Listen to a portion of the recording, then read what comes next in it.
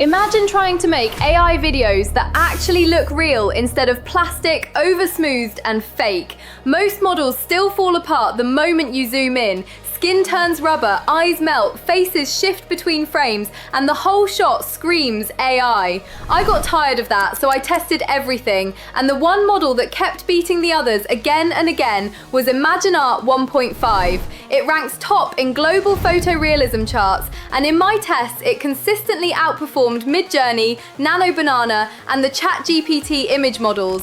It is simply the closest thing to real skin, real light, real pores, and yes, it uses fewer credits, so you can experiment without burning money.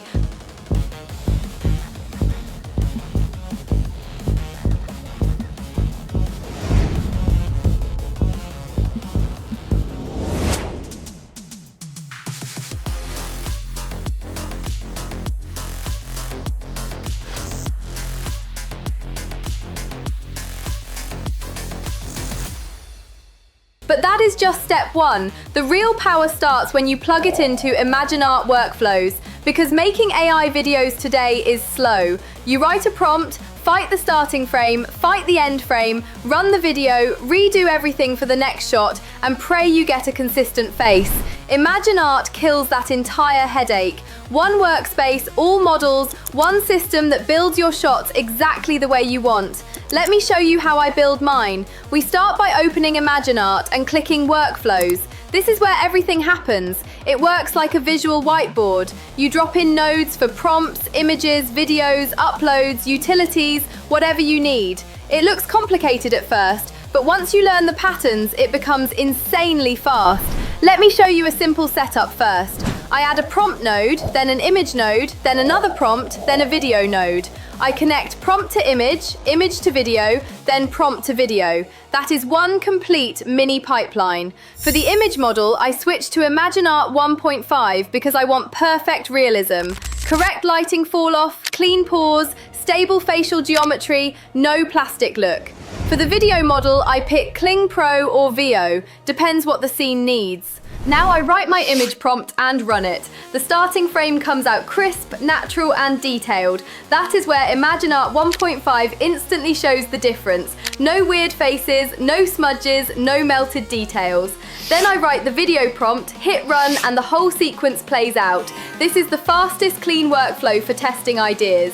Now let's build a real workflow, the one I use for AI movies and UGC ads. This is where the automation gets fun. I create a row that has prompt, image, prompt, video. Then I copy that row 5 times. That instantly becomes a full 5-shot film layout. For each shot, I link end frame to the next image URL, so the next shot uses the previous shot's last frame as reference. That is how you keep your character perfectly consistent across the whole movie. Once everything is connected, I add preview nodes for each video. This lets me see all my outputs side by side. Then I paste all my prompts, hit run selected, and it generates everything in order. First images, then the videos. The result is stable, clean, cinematic, and way easier to tweak than juggling 10 different tools. If I want seamless transitions, I cut the structure down. One prompt, one image, one prompt, one image, one prompt, one video, then repeat that pattern. The last frame always feeds the next starting frame. That gives me one long, consistent sequence with no visible cuts. You can scale this as long as you want, and everything stays clean because the logic never changes. Outside of workflows, ImagineArt gives you pre-built apps, quick tools, drag and drop import, and instant access to new models the day they launch.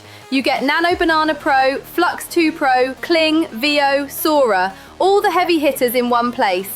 And if you work with a team, the team's plan lets up to 40 people build and comment on the same workspace without ever sending files back and forth. This is why I use ImagineArt. It replaces a dozen tools, cuts the cost massively, keeps all assets in one place, kills the chaos, and gives me the most realistic model I have right now, ImagineArt 1.5, which keeps beating everything else in realism. Try it, push it, break it, build your own workflow, and let me know what you make. If you want more deep dives like this, hit subscribe, and I will see you in the next one.